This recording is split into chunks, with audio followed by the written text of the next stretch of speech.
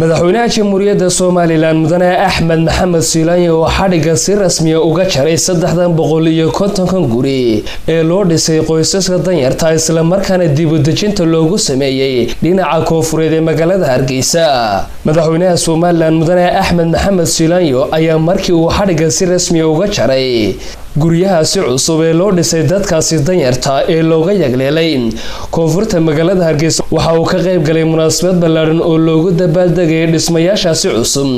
ee loo dhisay qoysaska danyarta taasoo loogu qabtay isla xaafadaasi Sheekh Sancaani. mudane Axmed Maxamed Siilaanyo madaxweynaha jamhuuriyadda Soomaaliland oo halkaasi ka hadlay ayaa waxa uu tilmaamay sida ay xukuumaddiisu heeganka ugu tahay ilaalinta iyo waliba dayactirida dadka danyarta. dadweynaha halkaas isugu yimid ee qiimaha iyo qaayaha leh aad iyo aad baan ku mahadinayaa sida fiican noo soo dhaweyseen. waxaan idin cadeynayaa in anagu haddaanu dawladda Soomaaliland nahay inaanu diyaar u nahay inaanu qaybtayada ka qaadano qayb libaax ka qaadano wixii dalka iyo dadka dantiisa ah oo ummadda qaxootiga ah inaanu xilka iyo waajibka naga saarano ka soo bixi doono insha Allah ta'ala ayaanu ka ballan qaadina. marka waxaan leenahay insha Allah ta'ala dad wada shaqeeya aan noqono meel uga soo wareejisano dadka danyarta iyo dadka baahida qaban aan meel fiican iyo wax wanaagsan u qabano insha Allah ta'ala inaanu maanta mashruuca ka qayb qaato oo aan ugu mahadnaqno duwalkii iyo hay'adihii caalamiga ahaa ee ka qayb galay aad iyo aad baan mahadnaq ballaaran ugu jeedinayaa. wasiirka wasaaradda dib u dejinta ee Soomaaliland mudane Axmed Cabdi Kaahin oo wasaaraddiisu ay dib u dejinta u samaysay dadkaasi danyarta ayaa isaguna waxa uu yidhi waxaan kaloo dadweynaha u sheegayaa inaan halkan wax laga dhisayne gobollada oo dhan laga dhisayo taasina ay tahay siyaasadii madaxweynuhu u dhigay oo uu yiri danyarta waxa loo qabto ayaa taana keentay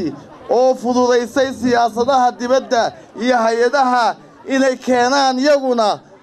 dhismahaas. wasiirka hoggaanka shaqada iyo arrimaha bulshada ee Soomaaliland maayirka caasimadda Hargeysa oo iyaguna kaalin weyn ku lahaa dhismayaasha guryahaas ayaa iyaguna waxa ay ka warrameen muhiimadda ay yeelan doonto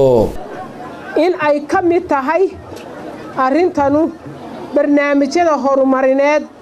ee dawladda Soomaaliland ay ugu tala gashay ee siyaasadda madaxweynaha ka mid ah in la daryeelo danyarta reer Soomaaliland in kor loo qaado kaabayaasha dhaqaalaha 145 aqal oo laga dhisi doono muxuu ahaa jimcaale oo noqonaya dadka halka kaydka biyaha laga hagi doono. waxa ay mudane madaxweyne dhammaan hawshan oo dhan waxa weeyaan wax loo qabtay danyarta. Maria xafiiska samafalka hay'adda UN Habitat hay'adihii iyo ururadii kala duwan iyaguna ka qayb qaatay oo halkaasi ka hadlay ayaa dhamaantoodba waxa ay ka warrameen sida ay dadkaasi baahida ugu qabeen in dhismayaal ay leeyihiin loo yagleelo waxaanay u soo jeedeen in ay ilaashadaan. madaxweyne waxaan ku ballan qaadaynaa anaga iyo wasiirka dib u dejinta in aanu meel aliyaala meeshii ay danyar joogto marka la rarayana aanu raashinka u sii horreysiino biyaha u sii horreysiino.